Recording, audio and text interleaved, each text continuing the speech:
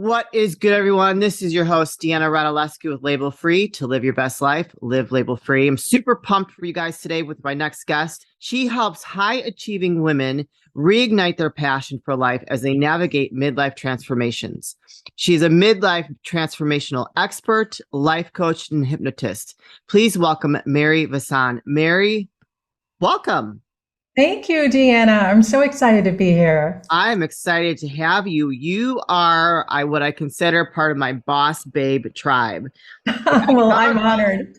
I come across these amazing women. We have these powerful, impactful conversations, and I just love hearing your story, how you have evolved to where you are today. It's been quite the journey for you. Yes, definitely. So it actually started back prior to 2012. Oh, yes, for sure. I think that my journey started as a kid, having a childhood that didn't have the greatest amount of stability. And lacking some of that stability and safety and security, I was really determined to create that in my own life. And when I was 14, I read a book that changed my life. And it's not the kind of book that you would probably expect it to be. It was called How to Buy Stocks by Peter Lynch. Wow. Yeah. And the reason that it changed my life is because it gave me a plan. It made investing in the stock market seem really doable and achievable and a way to wealth. And I decided, I'm going to do this. I can do this. And that is going to ensure that I have a life that provides safety and security, and I'll make money, and then I'll be really happy. And so that was my plan. Yeah. And I did it, and it actually worked. After college, I went to Wall Street. I rose up through the ranks. I was co-managing a $400 million department. I was on all the news outlets and all of that. And I was identifying so much with that title and the paycheck. Sure. And people listened to me, and that was kind of the dopamine of the day.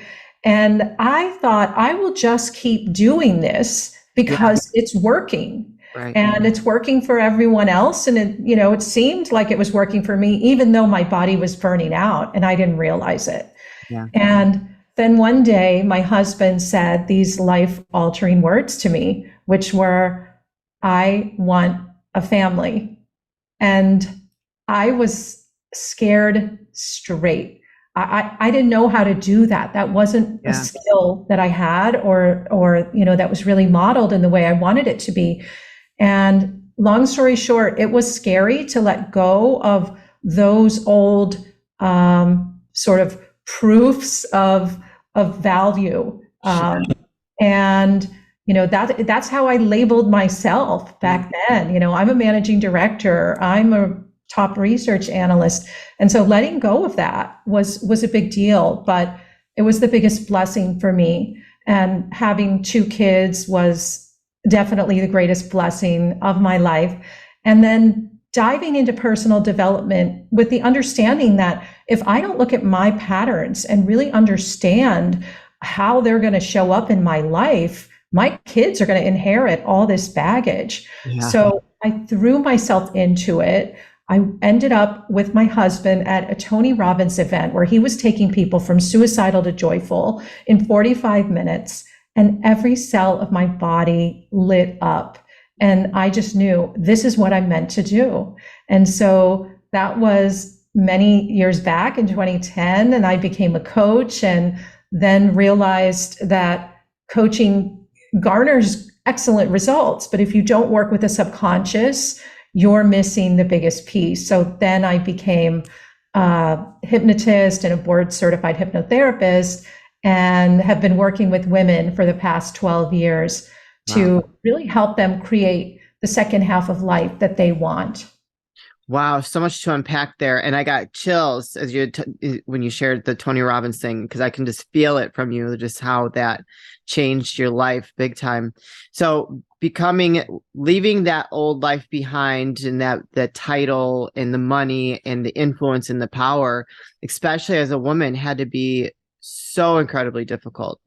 I talk to a lot of women on the show that have, been like a high up, a C level in the corporate world. And, it's harder for us than men to get to that level and to come to a realization like, wow, this isn't my true purpose. And I'm not fully fulfilled. And my life has got to go a different direction. And just letting that go is super hard. Yes, yes. And, we are wired for safety. We're wired to avoid dangers. And so when we start thinking about doing something that might be scary, or we could have some setbacks or failures, the subconscious mind often trips us up. We might know in our rational mind, I want to do this, I have the skills, I can do it, and I'll figure it out along the way. But what happens is we have these viruses on the hard drive of our brain, and they start in childhood. So let's say you're on the playground and you wrote a poem or a song or whatever it is, and you share it with some other kids, and then they laugh at you and start making fun of you. Yeah. So then a program begins, which is don't share, don't step out, don't become bigger, you'll get punished and you'll have pain. So later, when we're ready to go do something, that program has been reinforced many times. Every time, not only we've been criticized or even heard someone else being criticized, or even on television, it all goes in to that program. So then our conscious mind is saying, let's go forward, and we're stepping on the gas, and then our subconscious slams the brake on, and then we say, what's wrong with me? I want to do it, but I'm scared. I take 2 steps forward, 1 step back. It's all the subconscious programming that we can change. Yeah. I think a lot of people can relate to that. I know I can. I used to get made fun of when I was a little girl as a freckle face, and that really kind of molded me moving forward, being very insecure and very shy. And, obviously I'm not like that anymore. You got to have some haters in this world, or else, you're not doing something right. So I love that your life took a turn, and you kind of highlight the Tony Robbins experience. I too went to Tony Robbins, so I understand that feeling that you had. It is so transformational, and the energy that you feel going to one of those events is very powerful. So why did you focus on women in their midlife time period?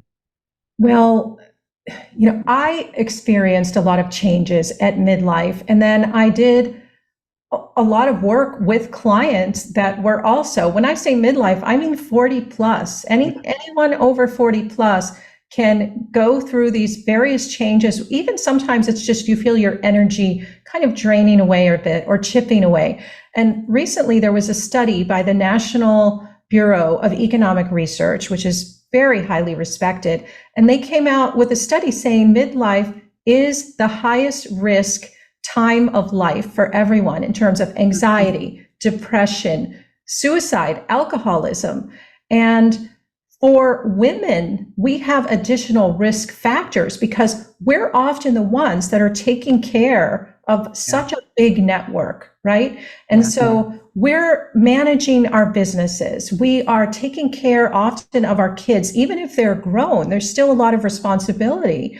And then aging parents come into the picture. And then you've got, things like the pandemic and other economic stressors. And then when someone becomes ill or some ball drops somewhere, it's really hard for any woman to maintain that bandwidth. And so what fuels me is giving them the tools and the resources that allow them to use their subconscious mind, get rid of those old blocks and those disempowering programs, and have a calm and centered, grounded baseline so that they can come back to that calm and respond to things rather than react, and really just have more energy in their bodies in general as well. I love that. So did you always want to focus, as you stepped into becoming a coach, did you always want to focus on women in their midlife, or was that something that you evolved to focusing on?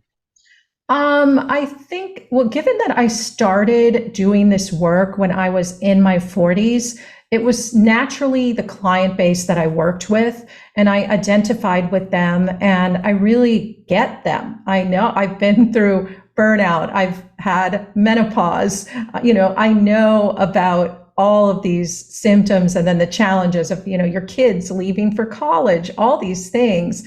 It's a lot that comes together. So I think it was just a natural progression, other women referring me to their friends and their friends and like that. And they're often leaders and high achievers as well, who are managing quite a lot out there in the world, but have these really serious personal issues that they're having to juggle.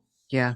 Well, first, can we just say, like, anybody who's listening, she looks fabulous. You would never think that she's already been through menopause because she's stunning. So kudos to you. You look great. I hear you've mentioned a couple of times the subconscious, and we know that you are a hypnotist. Why is it important for the women that you work with, or anyone that's going to a coach, to deal with the subconscious when it comes to making shifts within their life or within their person? Your subconscious programs run your life. 95% of what you do every day is subconscious. So think about it. When you go to get out of bed, you don't have to think, what muscle am I going to activate to put my foot onto the floor? How will I get from the bed to the bathroom? What hand do I use to pick up my toothbrush? Do I put clothes on before I leave the house? All of these things are programmed because our brain is a pattern-making machine. It wants to save energy and it wants to take shortcuts. Mm-hmm. So think about when you first drove a car, how many things you had to consciously focus on, the mirrors and the pedals and what's out there and all the controls and having that awareness. And now you can drive a car without even thinking. Sometimes while talking on the phone or your mind is wandering and then you say, oh my gosh, who was driving for the last 5 minutes? Well, that's your subconscious program called driving. Yeah. Now, unfortunately, our subconscious programs trick us up. So I had one client who she would just melt down anytime her boss would give her feedback. And even if the boss wasn't particularly abrasive, it was so activating for her that she would become like a 4-year-old, and then she would want to strike out at him. And so, we looked at that and I said, okay, feel all these sensations in your body. What are you noticing? She had all this pressure in her chest and she could feel like heat in her face. I said, okay, when did you first experience these symptoms? And then she remembered in a class, kindergarten or something like that, way back when, where a teacher gave her harsh feedback in front of the class and all the kids laughed and made fun of her. And so she would literally regress every time to that 4-year-old. And so what we were able to do is just copy and paste the confidence that she has in other areas of her life into receiving feedback, and also change that perspective. You're not 4 anymore. Right. You're an adult who is actually free to leave this job and not even take the feedback if you don't want it. So changing all of that and the way that she was seeing it. Also, when we see someone who's intimidating to us, they're usually up close and big and bright, so we can shrink them down, move them out there, all these things. And so now she's asking for feedback. She finds it valuable. She realizes that it's helpful for her. But before, it was truly a subconscious virus on the hard drive of her brain. Wow. I love that you put it like that. That analogy is awesome. Today's episode is brought to you by Honeylove. Ladies, let's talk about shapewear. We all know most shapewear makes you feel like you're being suffocated. That sexy dress in the back of your closet is so freaking cute, but the thought of having your insides squished by your shapewear is just not worth it. That's why Honeylove spent years researching and developing effective shapewear that's actually comfortable. Overly tight, cheap, and sticky fabrics that roll up are a thing of the past. Thanks to Honeylove, you can finally feel confident and comfortable in your favorite outfits.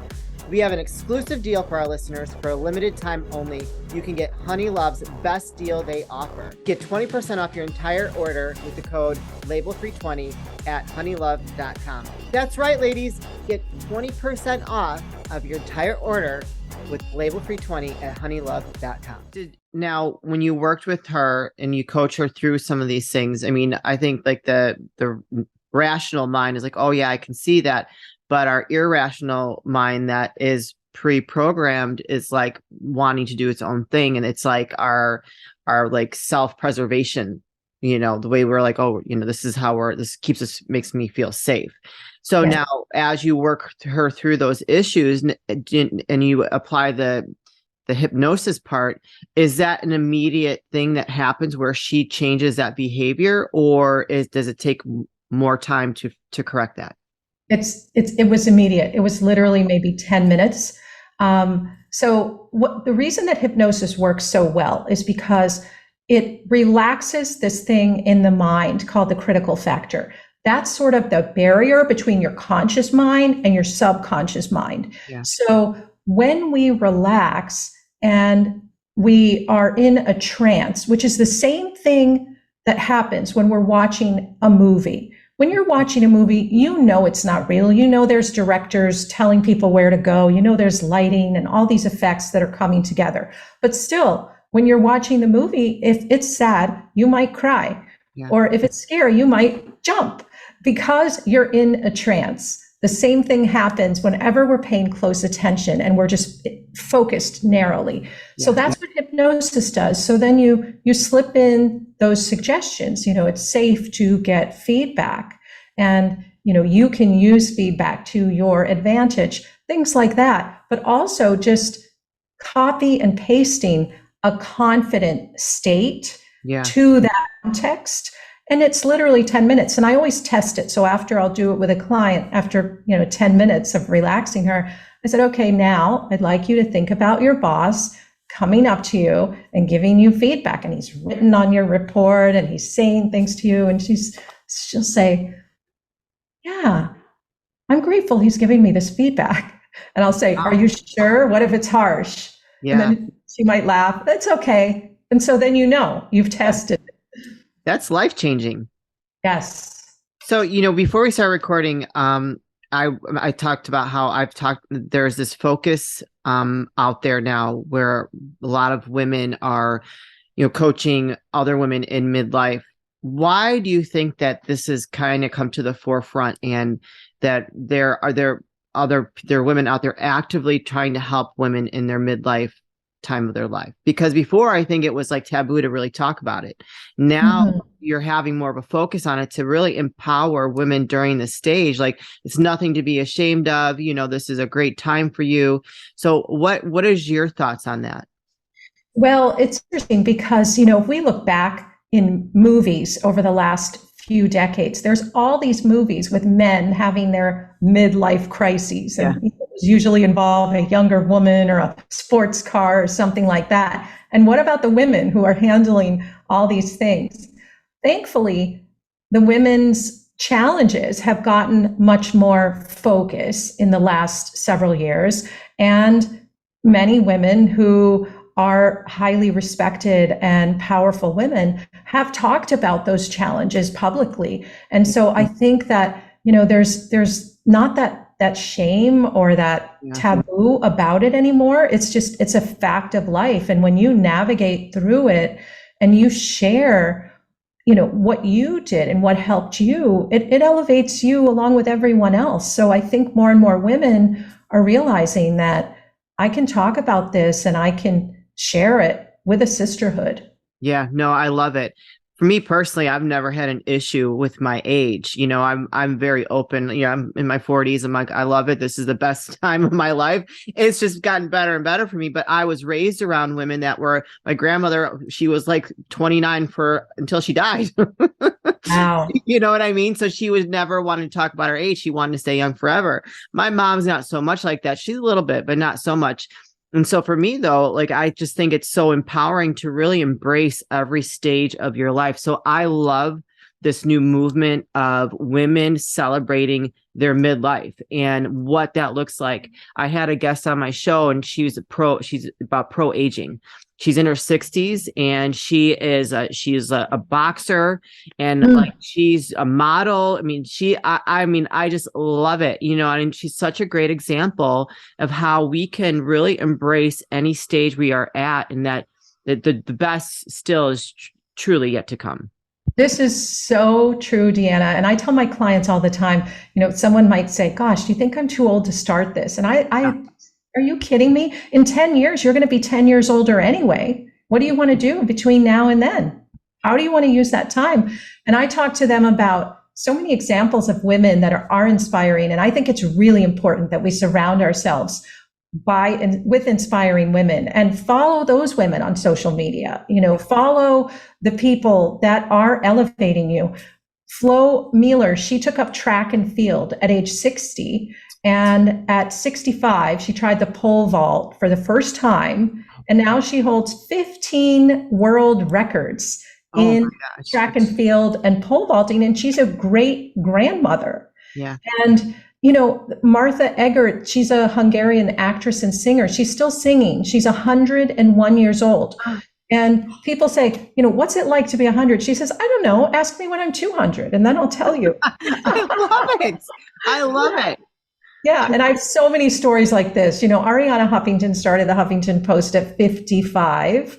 Rosemary Smith drove a Formula One car at 79 years old.